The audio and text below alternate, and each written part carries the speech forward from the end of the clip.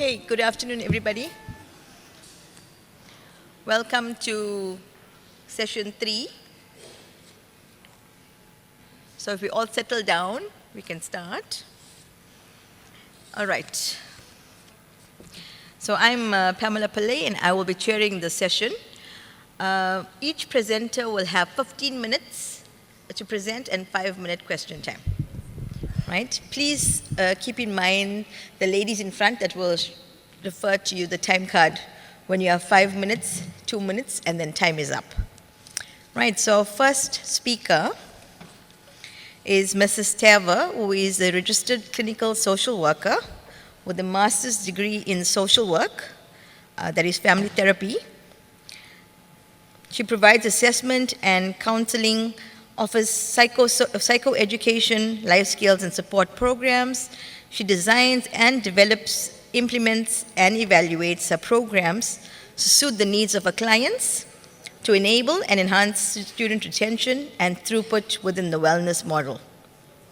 Her particular interests include enhancing the first-year experience of students and strategies to improve student performance. Her presentation is on the understanding the psychosocial and academic needs of pregnant students in the School of Nursing and Public Health. Thank you so much, Dr. Pillay. Okay, so greetings, colleagues, and thank you very much for the opportunity for me to share with you students' perceptions and their narratives on the psychosocial and academic needs of pregnant students in the School of Nursing and Public Health. I would like to acknowledge my colleagues, Dr. Pillay, who is my Student Support Services Manager, and our Research Assistant, Dr. Madzamba. So there's lots of literature available for local and international studies on the impact of pregnancies on students at universities. Given this, at UKZN, at Student Support Services in the College of Health Science, we've received an increased number of referrals of pregnant students for personal counseling and academic support during the period of 2020 to 2022. This prompted the need to identify circumstances contributing to a pregnancy and the support needs amongst registered nursing students at UKZN. For this study, registered female students in the discipline of nursing who had a pregnancy between 2020 and 2022 and who accessed student support services during this period participated in an online needs assessment as well as a focus group discussion. 23 students were invited, 19 completed the assessments, and 6 attended the focus group discussion. So on my presentation, I'm going to share with you the feedback and narratives of the students. In terms of brief demographics, students were mainly between the ages of 18 and 25. As you can see, close to 42% is 18 to 25 and 58% 22 to 25. Majority of the students that were pregnant were in the first and second year of their studies, with 89% of these students staying at university residences. Most of the students' children at this point in time were between the ages of 3 months and 3 years. In terms of contraception, 79% indicated that they were not on any contraception when they fell pregnant. 79 indicated that the pregnancies were unplanned, but it was consensual, unprotected sex. In terms of the morning after pill, 37% of the students were aware of it, used it, with 5% indicating that they have used it more than once. And in terms of family reaction, majority of them indicated that the family shared disappointment and anger on learning of the pregnancy. In terms of the current relationship with the father of the baby, 47% of the students indicated that they are still in the relationship with the father of the baby, with 42% saying no, they're not, and 11% were never in a relationship. When asked reasons for not using contraception, students cited their busy schedule and the demand of the nursing program, a lack of education and information, the side effects of the contraception, inconsistent and incorrect use of the pill, During COVID, not having access to contraception, cultural influence, and family beliefs, as well as carelessness on their part. Most of them had heard about the morning after pill. They were also clued up on the fact that they say it was not healthy to use and overuse impacts their fertility. And they also indicated it's not effective during ovulation. In terms of what contributed to the pregnancy, students cited having a very busy schedule, so there was no time to collect pills. Clinics were closed by the time they got home from their clinical sites, and weekends they could not access the clinics either. It was not easy to get help at the hospitals that they were placed at due to the limited time to actually visit the clinics. And here again, carelessness on their part. Some of the reactions to learning about a pregnancy range from feelings of stress, shock, scared, anxiety, being unhappy, to depression, confused, fear, devastation, and crying the entire first trimester. Some of the students indicated that they felt bad because we were taught about contraception and about pregnancies, and I didn't listen, and I fell pregnant. Another student indicated, I felt like my whole world was crashing. I thought about the embarrassment that I had caused my family.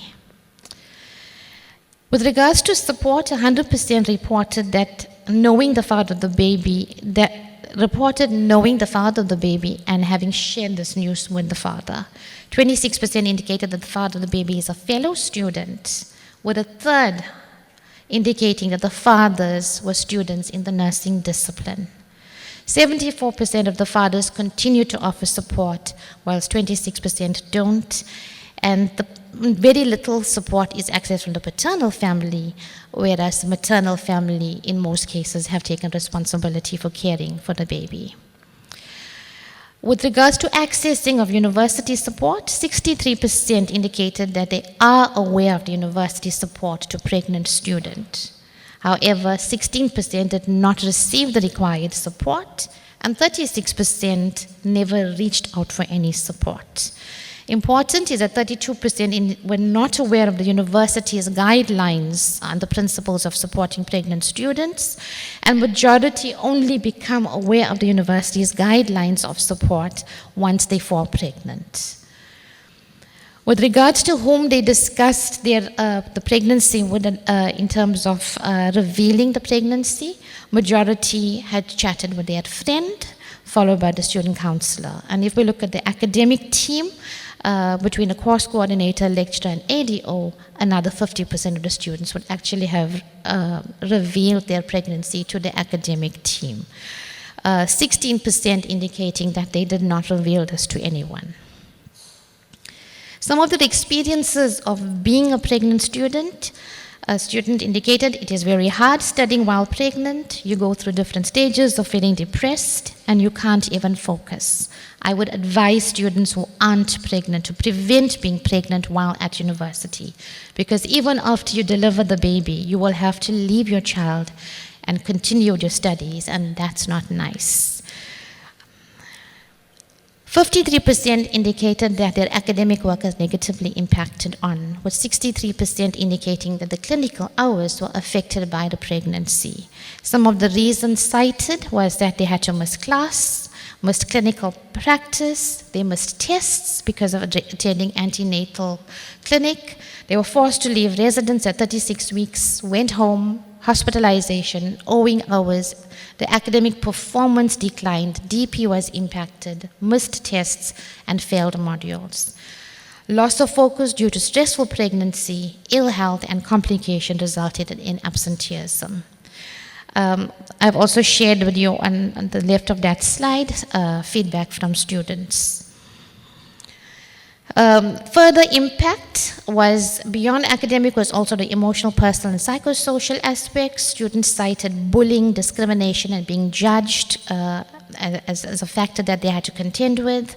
On the personal side, being tired and having memory lapses, challenges with making it to class, etc., feeling lost and scared, not knowing who to turn to. And on psychosocial, having a low self-esteem, not being able to cope with the fact that I'm having my second baby, how would I manage financially, etc. Apart from, majority of the students indicated that they did receive support from family, from student support services, from the father of the baby, and their lecturers.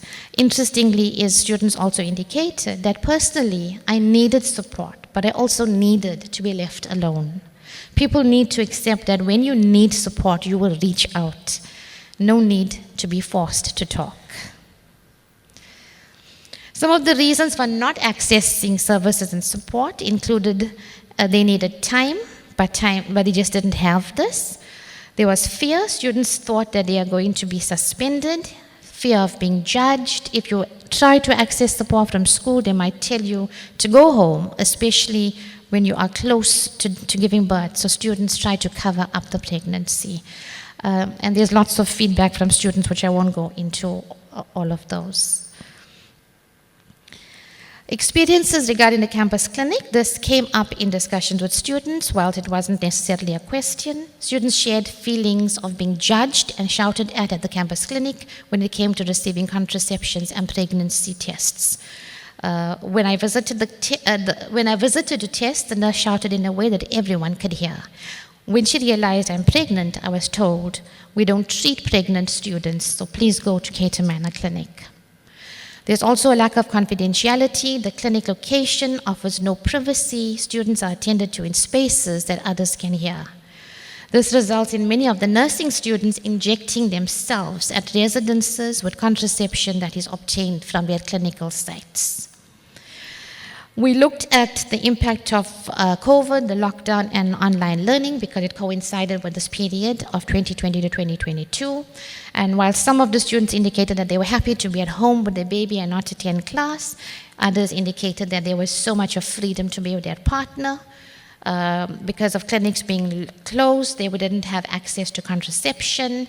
Returning to res and to online classes meant that they didn't have to leave their rooms and they had a lot more freedom and time to spend with their partners.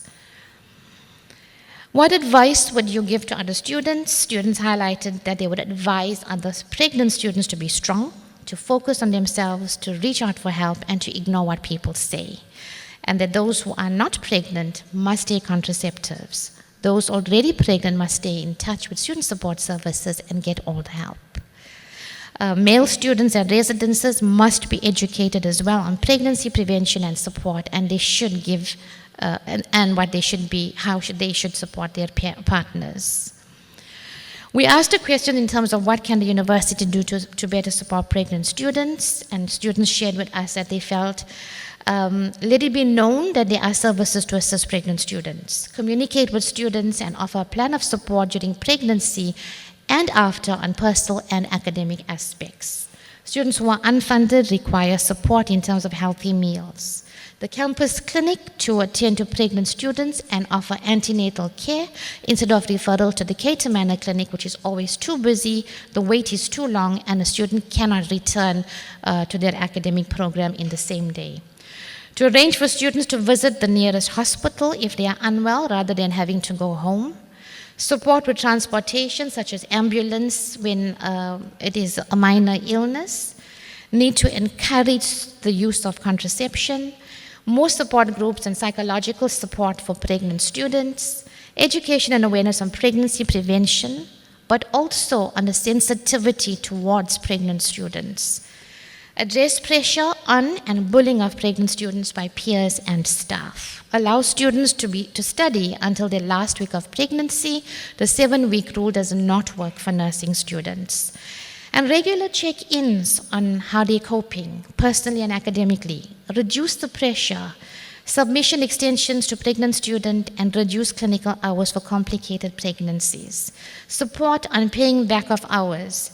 More flexibility and time. Accept assignments if delayed during the period of birthing, as long as a student can furnish evidence. Allocate towards where sitting while working is allowed. So, for example, delay the labor ward and work at an antenatal clinic. Allow RAs to keep and distribute contraception as needed. In terms of a way forward, students suggested that I currently know some peers who are pregnant, and some ask me how I managed to go through my own experience. So this focus group can be used as a support source and a support group to help other pregnant students. Summary of the key findings: we found that there's a high prevalence of pregnancy in first and second years. Pregnancies are unplanned but consensual, unprotected sex. Pregnancy while studying is stressful, draining, and delays academic progress. Pregnancy impacts ability to focus and comply with the clinical hours and requirements. The COVID-19 pandemic contributed to the increased number of pregnant students between the period of 2020 and 2022, and I'm talking about in the discipline of nursing. Students are aware of contraception, however, there is limited accessibility. The university clinic does not offer enough support to pregnant students. Students become aware of the university support and the principles and guidelines for support of pregnant students only after they are already pregnant. Students are afraid of disclosing their pregnancy to relevant university structures due to fear of being judged and asked to leave the residence and the university. There is a need for emotional, psychosocial, academic, and financial support for pregnant students. Support information and resources must be shared more often, and the university must allow students to study until their last week of pregnancy. Widespread education and awareness is required for pregnancy prevention to male and female students, as well as sensitivity to pregnant students' needs. The recommendations are: support to pregnant students should be a collaborated effort across all sectors, addressing impact on academic and clinical requirements. Campus clinic to consider students' challenges and implement strategies to address these. There is a need for increased education and awareness on the correct use of contraception, pregnancy prevention, and sensitivity to pregnant students. Resources for support and timeous accessing of services and assistance should be highlighted from orientation onwards. The university's principles and guidelines for support to pregnant students to become a more visible and referred to document by both staff and students. To create support groups to assist pregnant students to manage the multiple challenges they experience in a constructive and supported manner. And to extend this study university-wide to engage with all role players and develop a proactive strategy of support to both male and female students at UKZN on aspects that are related to sexuality, sexual health, contraception, pregnancy, and their overall well-being of the student. Thank you.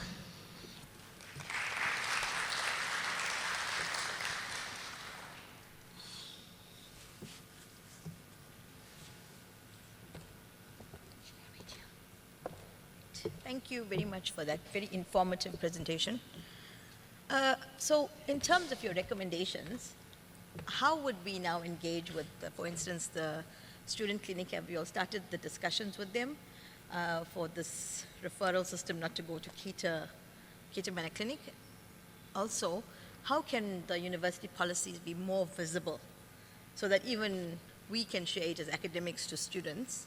And maybe we shared it during our first year experience week with students. Sorry. Right, you want to take? Okay, so in terms of collaborating with the clinic staff, these findings have just been released now, and we have a lot more information to actually go deeper into. We haven't as yet started a discussion on this particular aspects with the clinic's team, which we would then continue with hereafter. I think in terms of engaging with the principals and the policy on support to pregnant students, it's definitely something that we need to collaborate on in forums from here onwards, whether it is in our, apart from the first year experience, but I think from orientation onwards, maybe within our school board meetings, teaching and learning meetings, in our panel discussions, etc., because lots of the students who do come to case discussions in our discipline has also, has been there because of its challenges with a pregnancy. Is there any questions from the floor? Okay, we have one hand. Then we will take Prof. Duma after that, and the third hand is over there.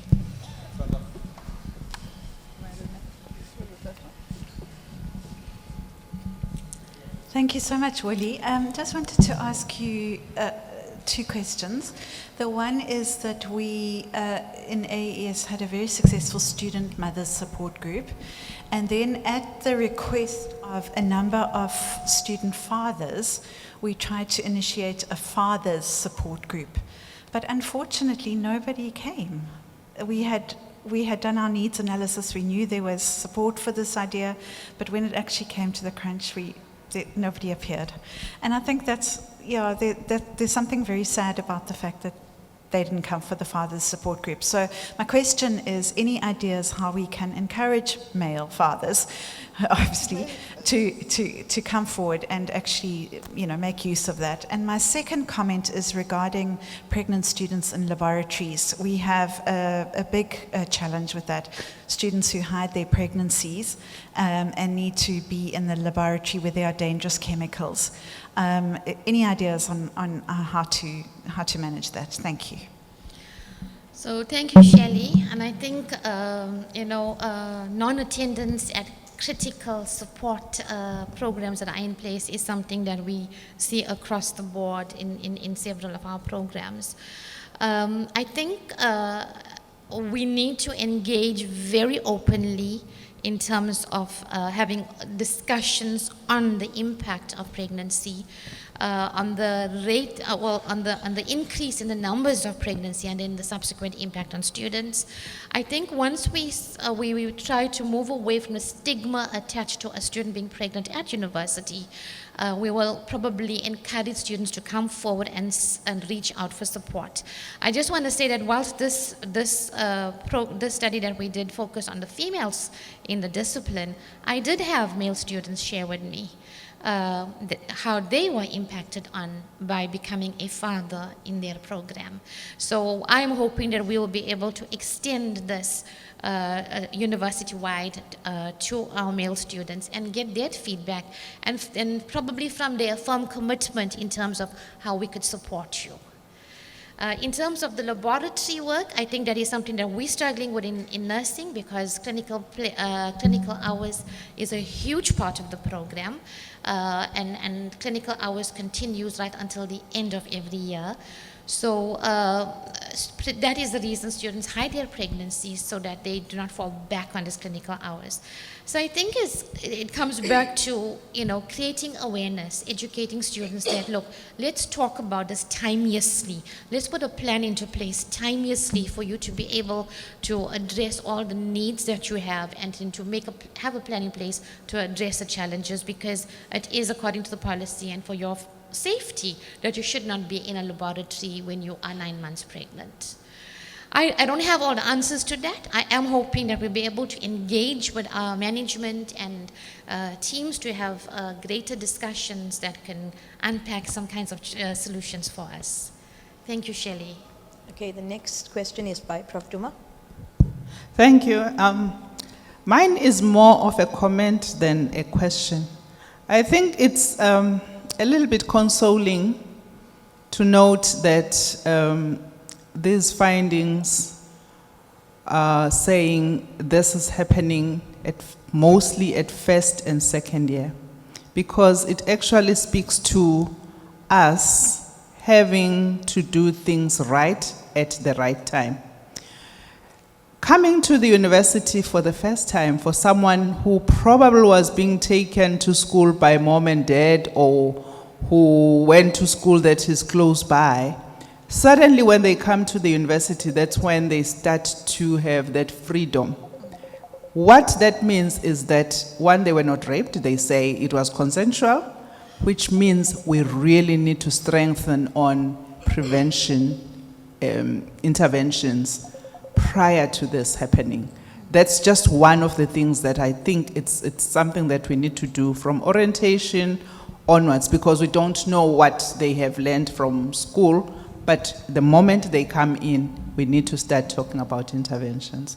On the issue of the laboratories that has been brought from the floor, I think it's very critical that we talk to students, we let them know about the policies, because it's not even about, in terms of nursing, it's not even about long hours.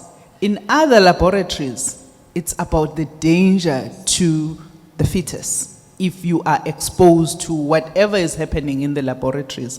So both the people who see the students would need to also intervene as early as possible. You identify that the student could be pregnant, you also do interventions. And also to just have that information in spaces where students would know about them. When I was still at UCT, we had these informations even in the bathrooms, in the residences. If you are pregnant and this is what could happen, so that a person knows. Because to learn only 6 months down the line that actually I shouldn't have been in the laboratory and now I've exposed myself to all these iatrogenic things, it's too late. So there are things that we can do, but there are also things that the university can do in terms of the awareness and in terms of the notices that we could be having. That's just one of the things that maybe we should be doing. It's everything else to give us the policy, but how the little things that we can do to show that we are implementing this policy, but also we are making people aware. Thank you. Thank you, Prof, for that. So I think that what we've learned from this will certainly be able to spearhead the comments that you have made. Okay, and we have now the last question. We've got one there. No, let me take this one first, and then we can take Soloshni and the last one.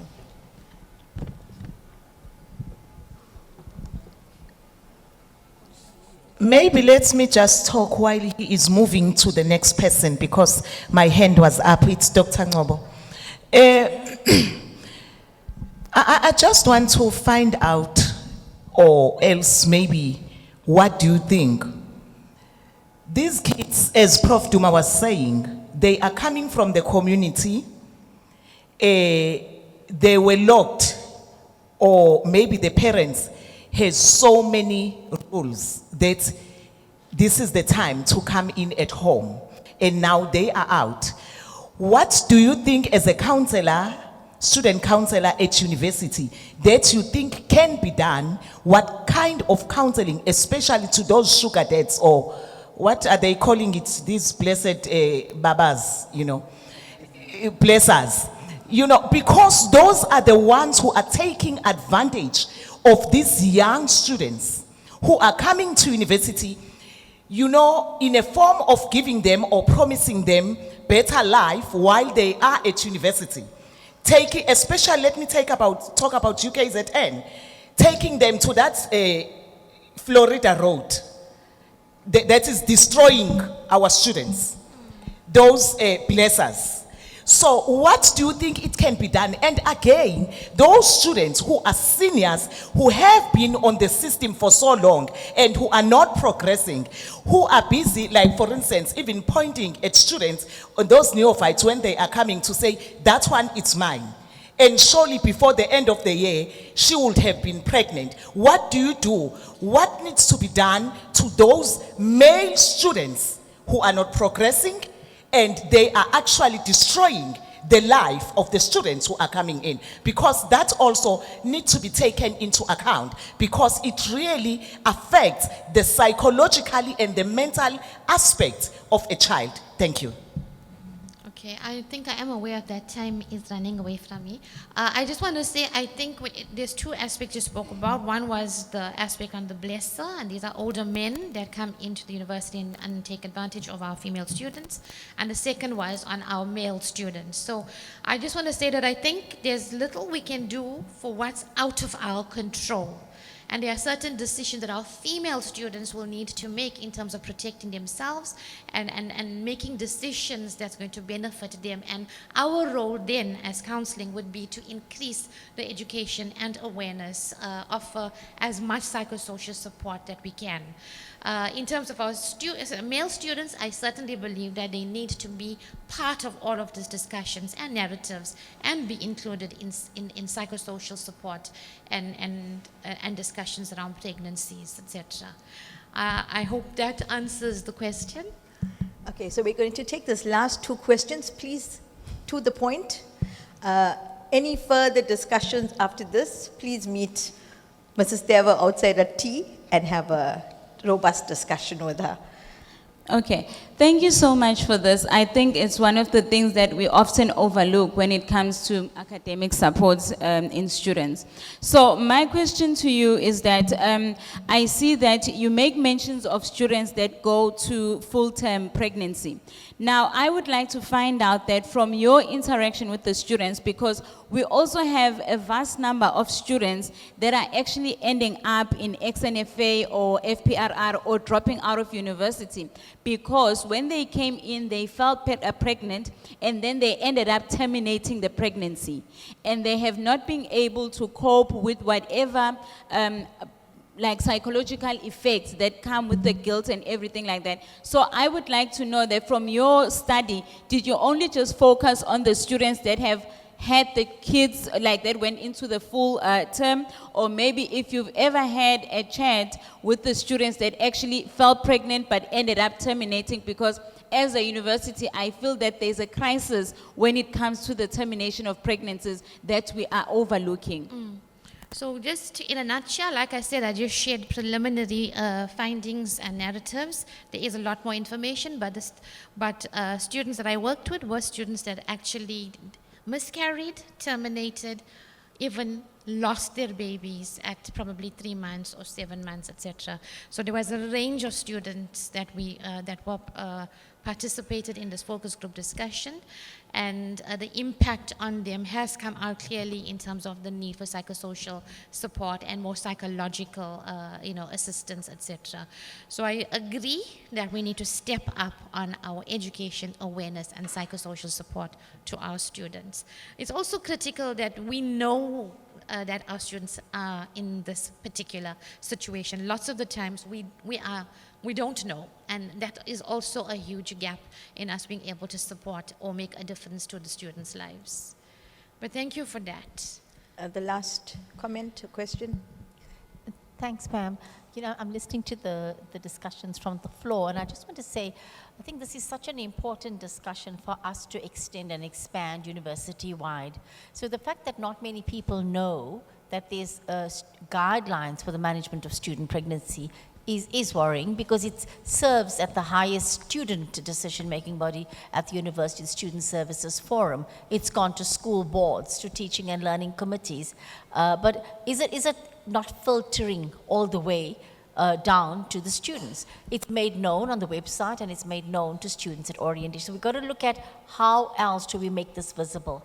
But more importantly, we've come a long way from those days not too far ago when we had the concealed pregnancies, the stillbirths, and the TOPs in the residences. Now we have students actually, because students were so afraid to come forward because of the stigma, because of them not trusting in the system. We're now at a stage where students are, and I find in College of Health Sciences, they're coming forward because of clinical practice. So they would obviously be noted in the clinical practice, and they're disclosing to the ADO timeously. So there's been a significant shift, but there's a whole lot more that needs to get done for us as a university to show that there's a system in place to support students who are pregnant. But there's also an ongoing education to prevent the abuse of students as well, and to educate people on making healthy choices, healthy relationships, etc. So it's an important education process. But the final decisions are made by students on where they want to be, where they are in a position to make decisions. Thank you. So thank you very much. I just want to say that I think I was amazed that we had 23 students who had actually reached out for support, and lots of the feedback was that they felt heard, they felt safe, they had a space in which they could actually share and get the support and assistance that they needed. So I think this is the way forward in terms of creating those opportunities and spaces for our students. Thank you very much.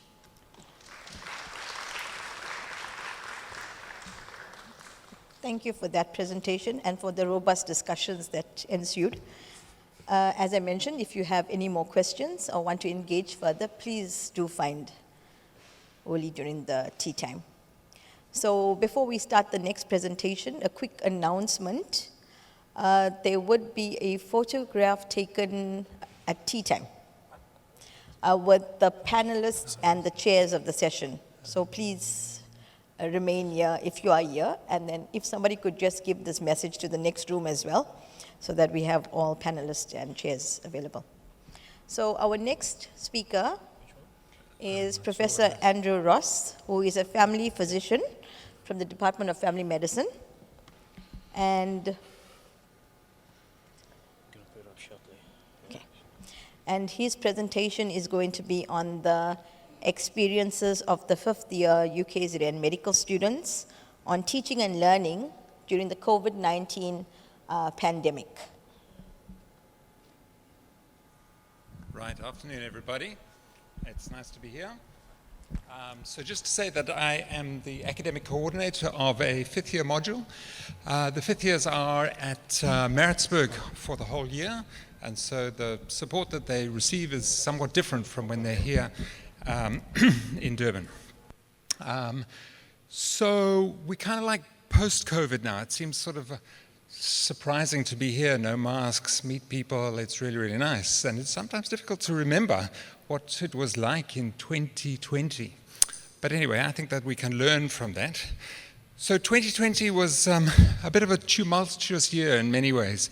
So the medical students came back, and we had then a 3-week strike, which is not unusual in the medical school, around issues around NFS and payment and registration.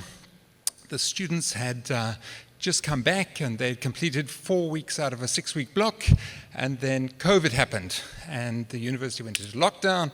The students had to go home on the 20th of March. So it was a week before the end of the first block exams.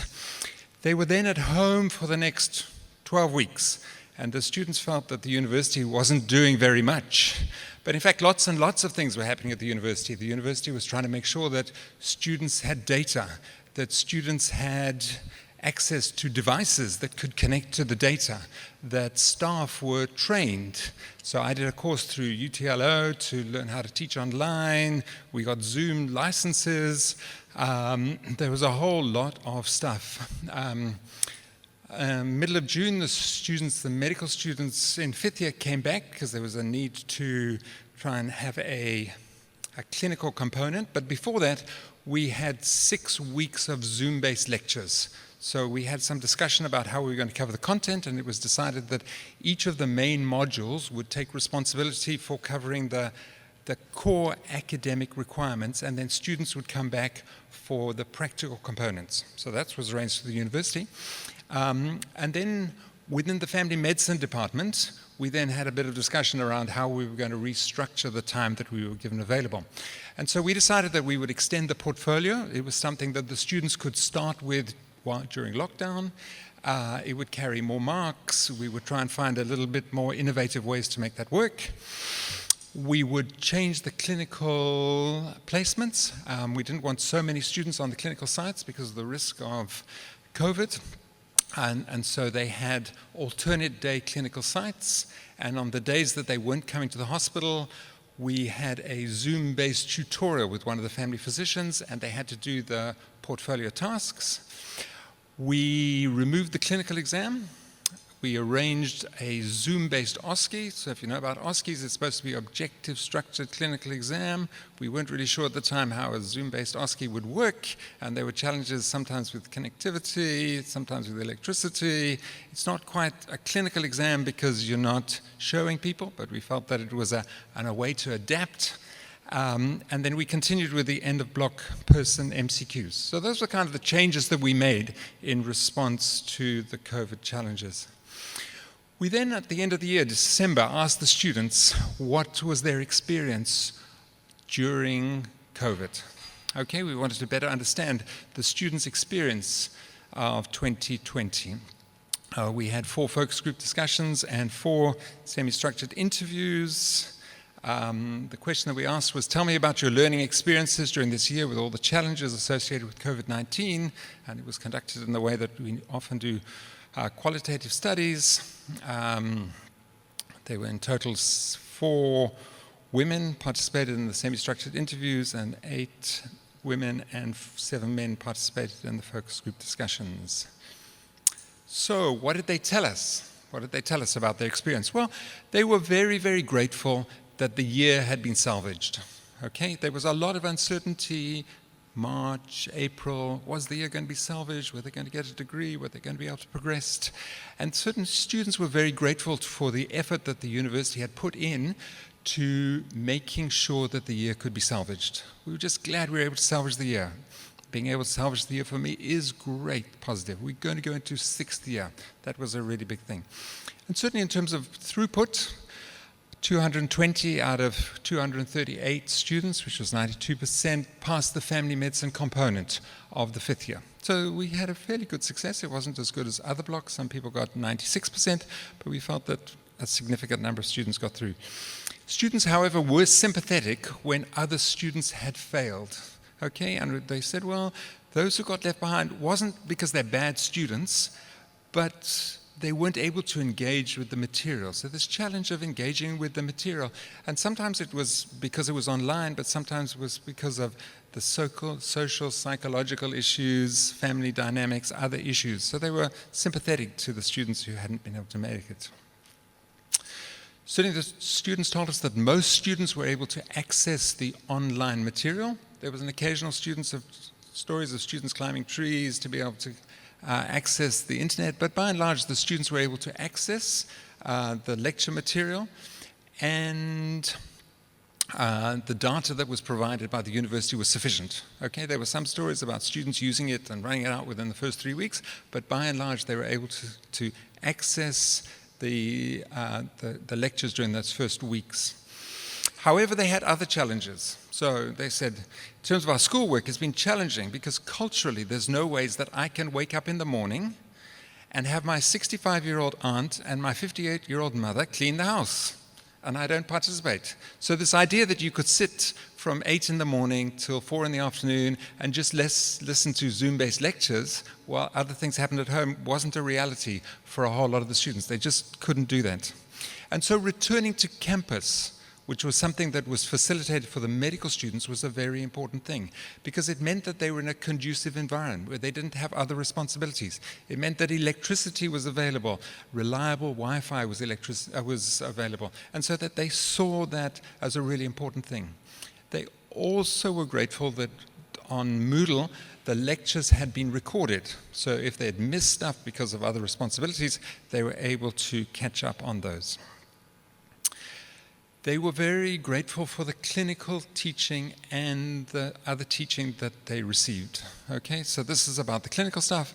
I was actually amazed at how much I did learn. So we were at the ARV clinic, medical outpatients, also very good. So we provided structured teaching for them, and they were grateful for that. The tutorials were great. I mean, we learned a lot. So they were grateful that they were able to come back and engage in some sort of clinical teaching.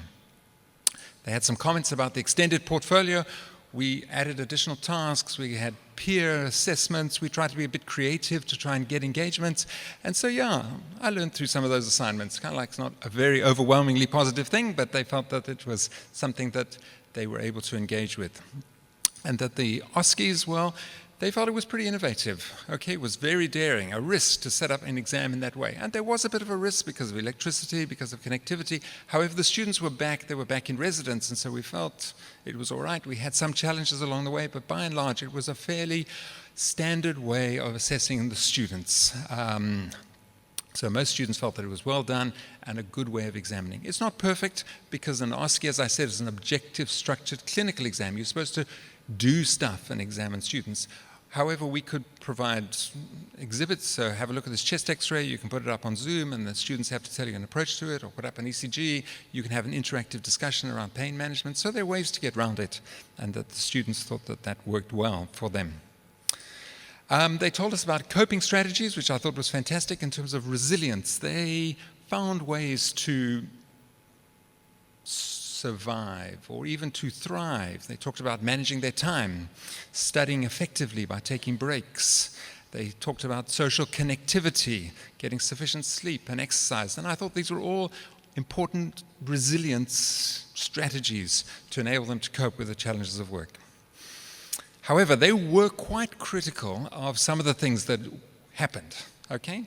And they felt that the volume of work was massive. And that is one of the problems with the MBCHB curriculum, and that they felt that most departments delivered the content with no regard to the fact that it was an online platform. It wasn't a face-to-face. It was like, we're just doing the same thing, the platform's the same, it just happens to be online. They were quite critical of the fact that nothing changed, even though the amount of time that they had been reduced, okay? And that they didn't feel that anyone helped them to focus on what was important. Okay, so the lecture was 340 slides long. God, phew. I took the conscious decision, I'm not even going to study. I'm just opting out. This is kind of like impossible, guys. I'm just not going to do it. All of that content in 6 weeks. You've compressed it into 4 weeks. Same resources. The approaches have not changed. Kind of like, it's like you've got the same stuff in the same way, but we're not in the same place. No one tells you now an approach to the materials, how to use them, productivity. So they were critical of that. They're critical also of the lack of communication between the university and the students. During that first 12-week period, this like radio silence.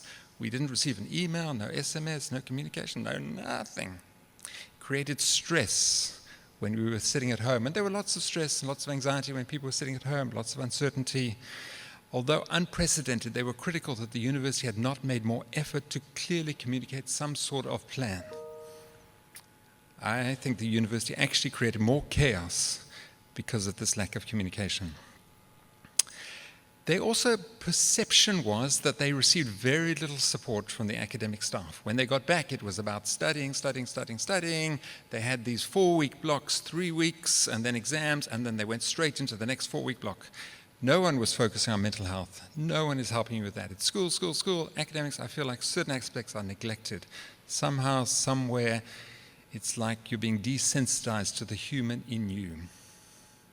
There was lots of fear and uncertainty, and this is part of COVID, that they were still expected to come onto the clinical side, see patients, and some people were going home, kind of like, my dad does have comorbidities. The doctors expect us to go up to patients and just act like nothing's wrong. And you think that mask is going to protect us?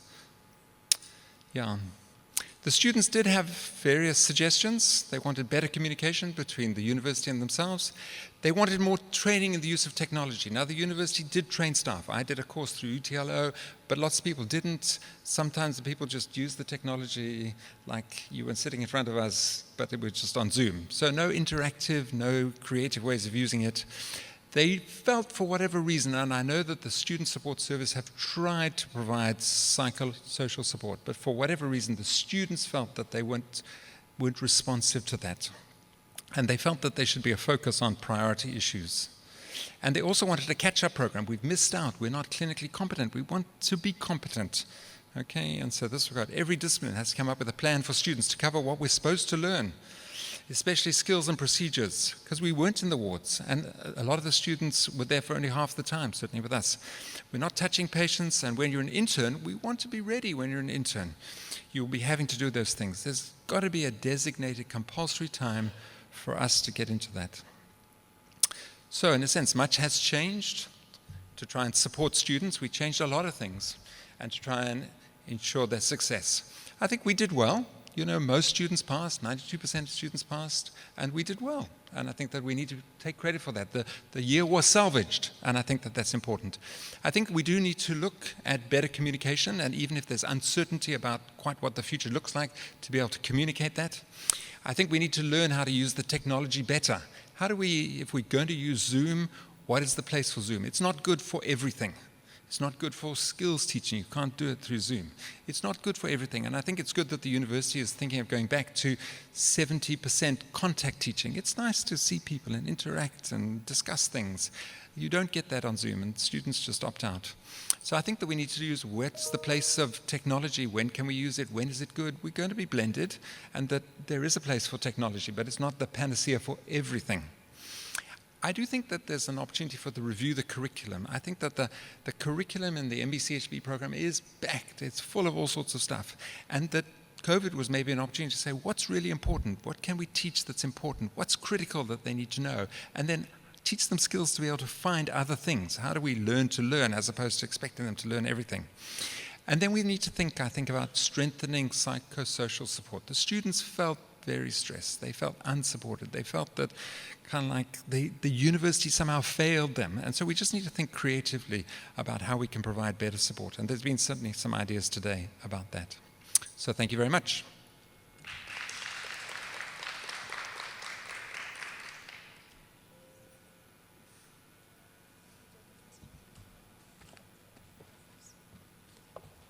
Okay. Do you want to put this down? Right, thank you for that presentation. I know exactly what you were talking about. Can we have questions at the end of the session? So we can have the next two presenters, and then we'll just note down your question or your comments, and we'll come back to that. We just went over time in the first presentation, so we're trying to save some time. I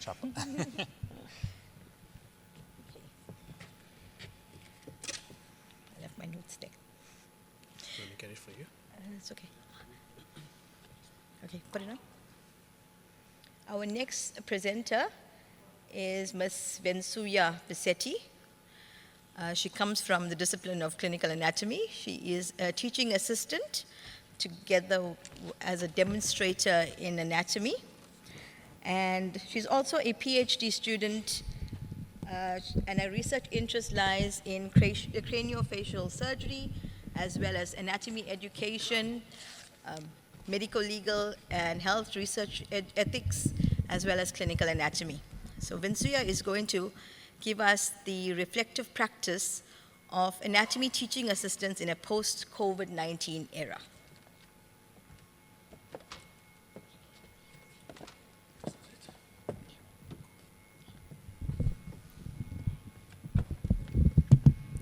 Hey, greetings to one and all.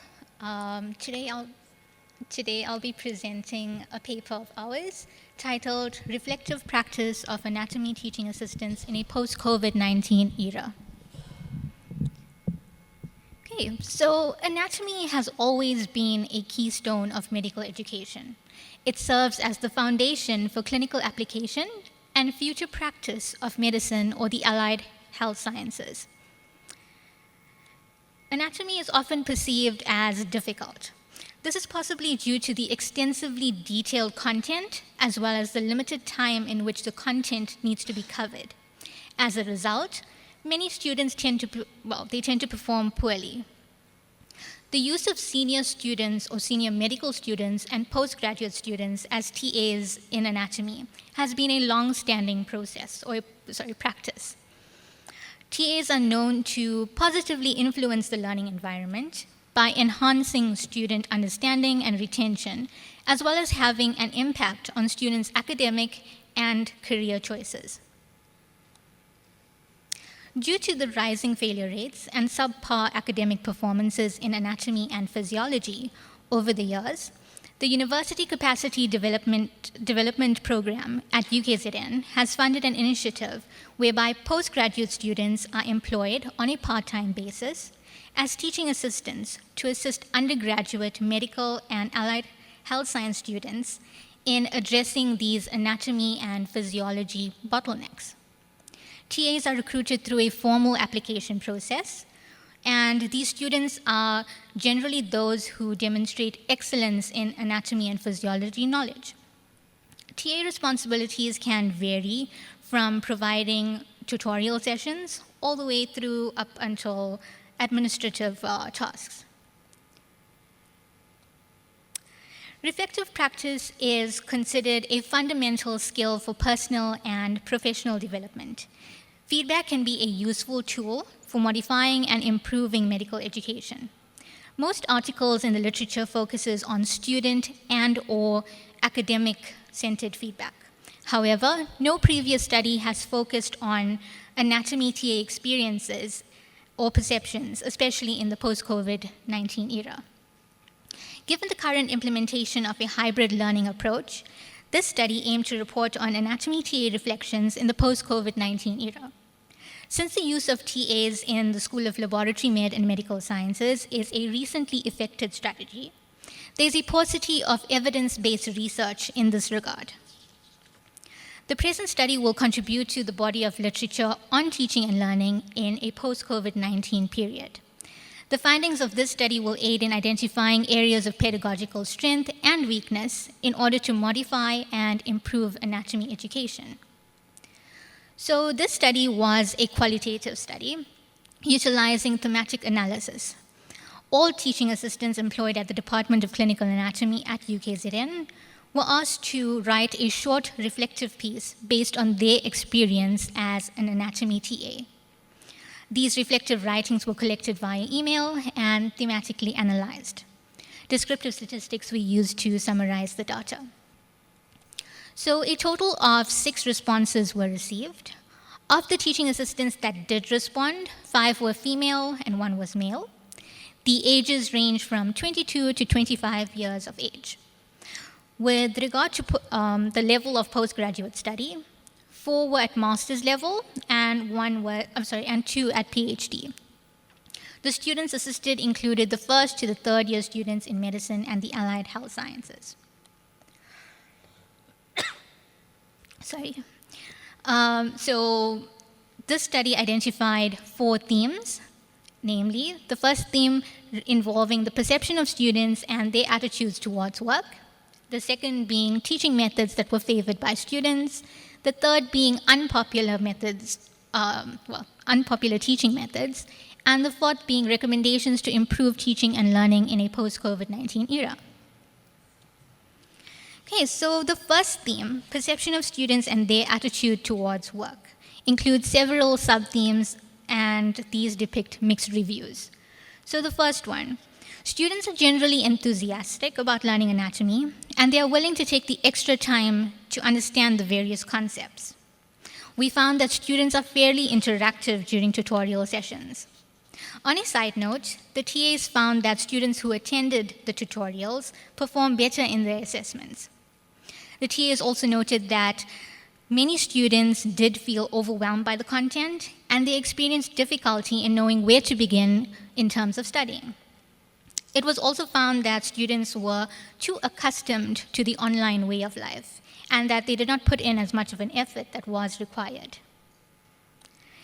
Theme 2 focuses on the teaching methods that were favored by the students. So several techniques and activities were used to help students achieve learning outcomes.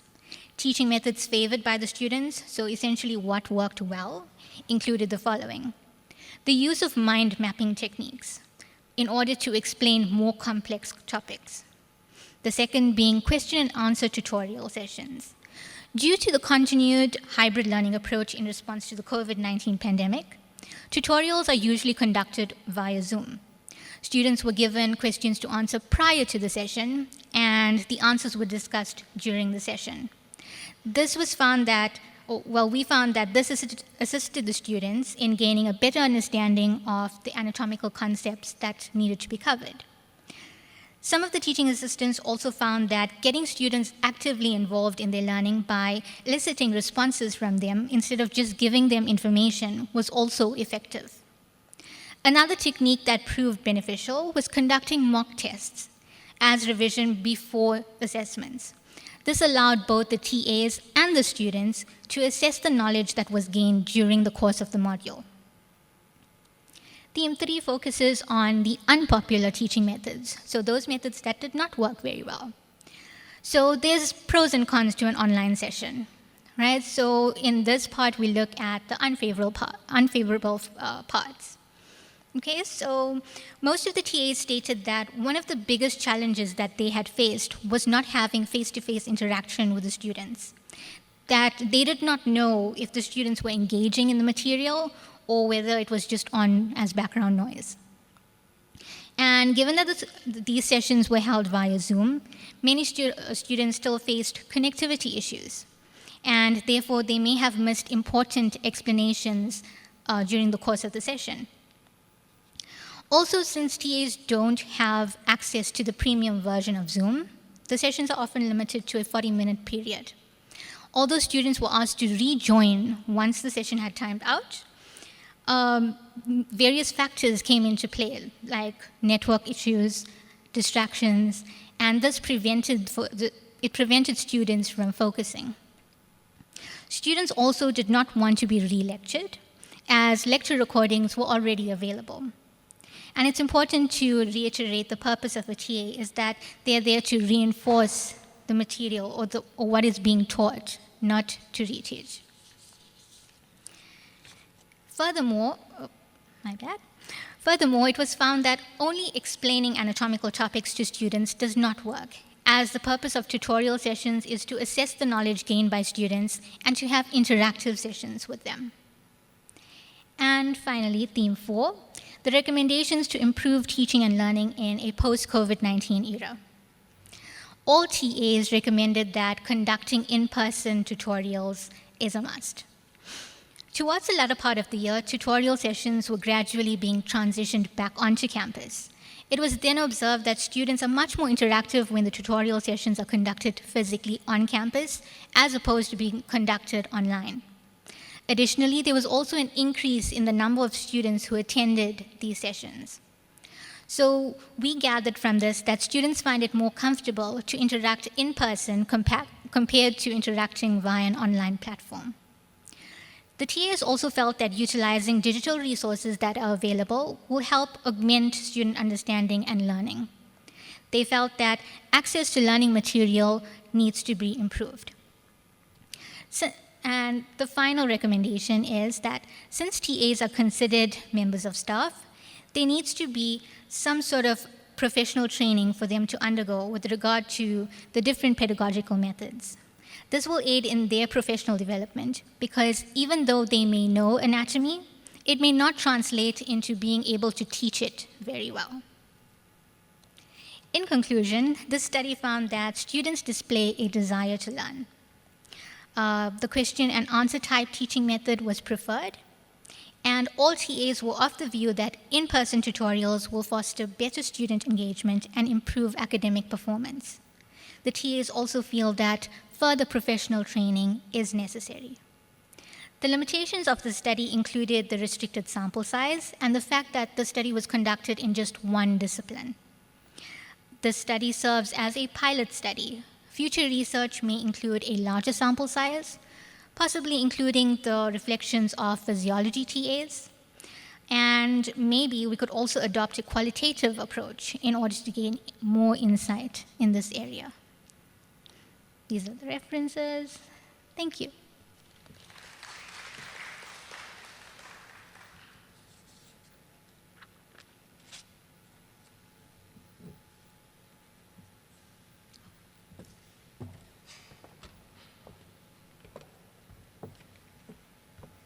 Okay, thank you, Vinsuya.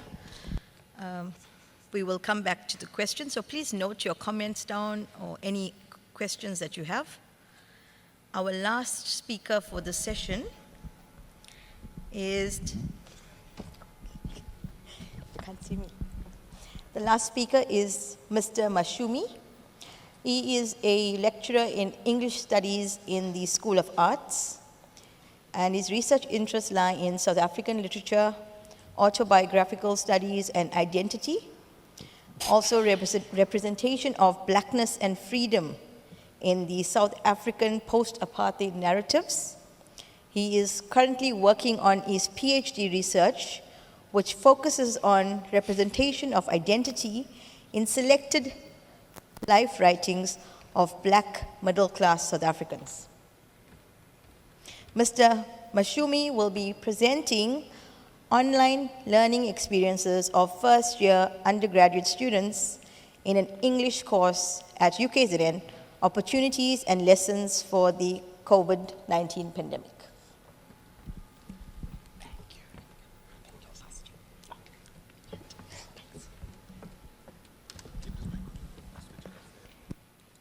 Good afternoon. I thank you so much, Pendulo Mashumi, and it is an absolute honor for me to be here today, having joined the university in less than 4 months ago. So this is my topic for today. I also want to borrow from the last speaker's words. Her last words, she mentioned that her study is a pilot study. So is my study.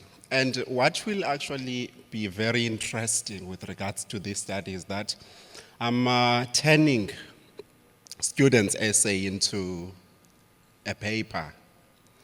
That is with regards to how I gathered my information, my data, because what I did, it's like you are sitting at your corner one day and then you just say, okay, students, can you please tell me, just write an essay, a reflective essay, where you talk to me about your experiences of online learning. A pertinent question, of course, will be why the first-year students? Why an English course and not any other course? So that will be your pertinent question. And an answer to that is because, there's this gap that we seem to take for granted as academics. You take a student from a quintile 1 to 3 school who doesn't even know what is meant by Moodle, what is meant by online learning. They've always been talking to their teachers. Now, you want to teach them online. It's like they are listening to radio when they have to go to the class. And you will see in my discussions, I always talk and I even forget the time when I'm talking. You will see in my information that it actually talks to that. Why these first-year students and not any other cohort of students? So, I just want to play the slides. Okay, I'm sorry about that. So this will be my outline of presentation. In other words, it will be introduction and background, then there will be methodology, there will be findings and discussion, and there will be recommendations and conclusion and the references. So it is that. So if you look at the introduction, I decided to start with a quote from Bill Gates, what he said. It was 2019 during the outbreak of COVID-19. He says, technology is just a tool. In terms of getting the student working together and motivating them to succeed, the lecturer, he used the word teacher, but I said the lecturer is the most important. So if you look at my presentation, you will also notice that it's about the experiences of first-year students. So the question is, how then do we as academics come to the fore and assist our students? Because when the first-year student first comes to the university, I liked what one speaker mentioned, that they are not necessarily looking for a lecturer to stand in front of them and deliver content, but what they want is the support system. In other words, a home that is away from home. That is why the first thing you do is to make sure that you are there for the student. And when you talk about COVID, of course, we had a pandemic, COVID. But within that pandemic, you also had another pandemic, which is online learning, as the student would like to perceive it. Online learning, it serves as another problem. So as first-year students, really the first thing to do, as a lecturer, the first thing to do is to make sure that you bridge the gap between the content and this technology, because it is very new to them. That is why it is very important to make sure that you are there and you stick to what Bill Gates is saying. You there and you serve as this most important, someone who's there to make sure that their journey is not as painful as they might seem to be.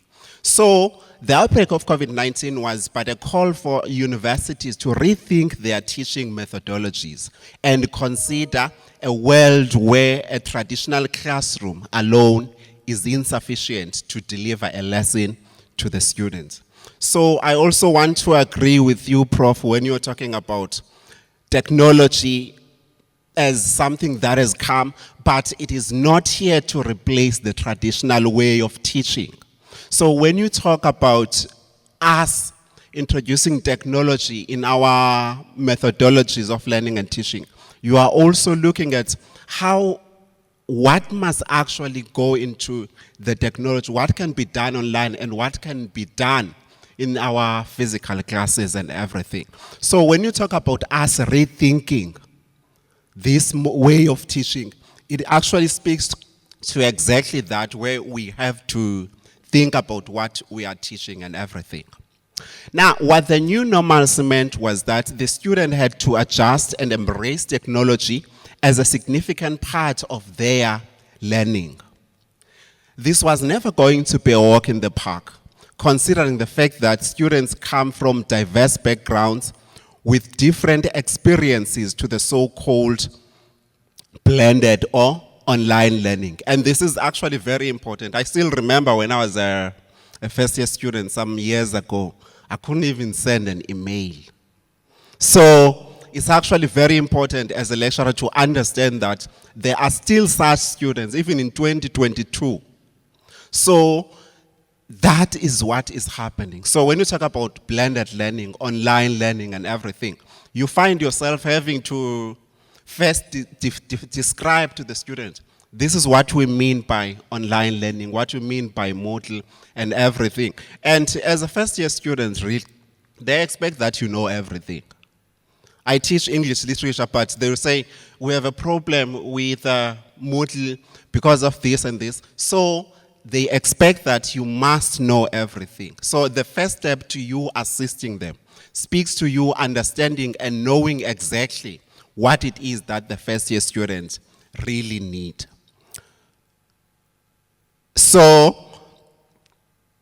what's happened? Okay, so this is the methodology of the study. So first you look at the research design. This study uses a qualitative case study approach in order to collect, interpret, and analyze the data collected so as to get to the experiences of first-year students in an English class at UKZN. A qualitative case study is a research methodology that enables the researcher to explore a phenomenon within some particular context through various data sources. That is according to Baxter and Jack.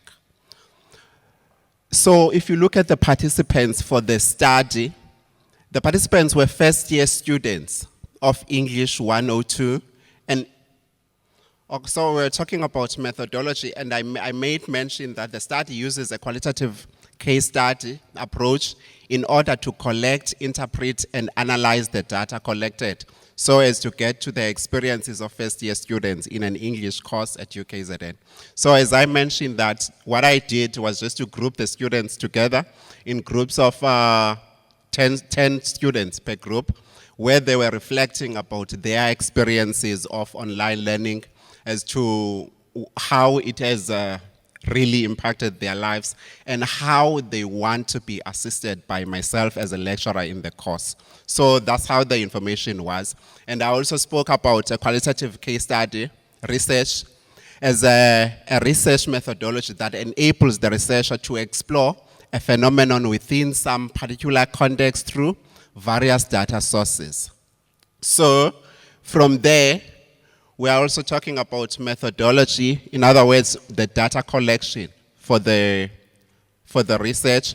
Data collection for the study was in a form of first-year students' written responses to a topic on their experiences of online learning enforced by COVID-19 in South Africa and how they wish to be assisted by the researcher who's a lecturer in the course.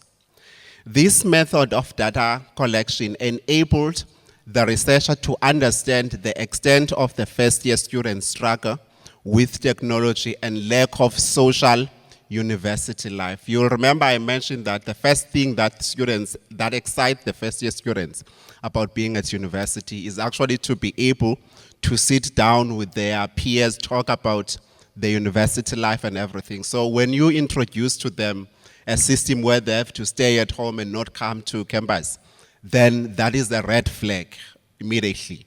So you will see when we're talking about findings, I don't know how much time I have left, timekeeper. So the data analysis, when we talk about data analysis, I used the TA, which is thematic analysis. So if you talk about that, Braun and Clark, they present a 6-phase model of thematic analysis, which works perfectly for a study of this nature. So under this thematic analysis, the first point is that you must familiarize yourself with your data. You generate initial codes, and then you search for themes, you review those themes, you define and you name them, you produce a report as a final step of the 6th phase. So my research, that the data that I collected went through all these stages, because at the end of the day, after reading those essays, I had to come up with themes in order to look at what their responses were. So you will see when I'm actually presenting the findings. So the ethical considerations. The researcher first mentioned in an online class, which was on Microsoft Word, Microsoft Teams, about the intentions to conduct the research on their experiences of online learning. Then the researcher sent an email to students using their student email addresses. The students were also made aware that they were not obliged to participate in the study and that they could withdraw whenever they felt the need to do so. Students did not raise any objections and participated willingly. The students' names were not revealed anywhere in the study, as their anonymity was guaranteed throughout the study. Okay, thanks. So these were some of the findings of the study, and one of them was, as I've mentioned, the study was premised on the following research questions. Research question number 1, what are some of the first-year students' experiences of online learning and how they wish to be assisted by the lecturers? What were some of the lessons that were drawn from COVID-19? The other one is, with that said, the findings and discussion of the study sought to answer the above question using Braun and Clark's 2006 6-phase model of thematic analysis. From the extensive reading and interpretation of students' responses, the following themes emerged. So now these were themes that I had managed to extract from their submissions to look at what were their experiences and how they wished to be assisted by the lecturer. Number 1, there was lack of prior exposure to online learning and technologies, which is something that I've mentioned, that we took them to Moodle with no prior experience to what it is and what it was, how it worked, even though the university really did try and taught them how the system works, but you would see that there were still gaps. And students also considered that they are also new to those platforms, but are rather more eager and enthusiastic about using them as mode of teaching.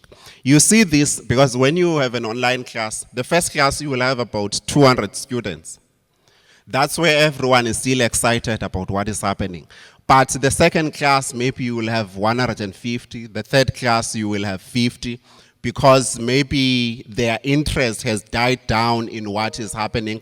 And what actually appeared is that there are issues of internet connection, the connectivity issues. Now, this speaks to issues such as network and very expensive data for students, especially those who were not funded who were not funded or provided with data. So that is what happened. And the recommendations, lastly, COVID-19 caused havoc in the world, but it also highlighted the need for an improved approach to blended learning. And the gains made during the peak of the COVID-19 must be implemented beyond the pandemic. And it is also worth noting that blended learning or online learning can never be used to replace the traditional way of teaching. But it's a question of how then do we try and find balance between the two to make sure that what we learned during the COVID-19, as drastic as it was, what we learned. That is how we manage to help our students with regards to technology. We hold on to that. We continue building on that for generations and future generations to come. Then you have references and everything. Thank you. Thank you, Mr. Mashumi. We don't have enough time to run any questions because we have the next session starting in 10 minutes. And it'll give you enough time to grab a quick cup of coffee and join the next session. So what I suggest is, if you had any comments or questions, please discuss with the presenters, and they will definitely give you some feedback, right? We had robust discussions in the beginning that took our time, and we had technical glitches right now, right? So thank you, everybody, for attending the session. Any panel members, if you are here, please remain behind.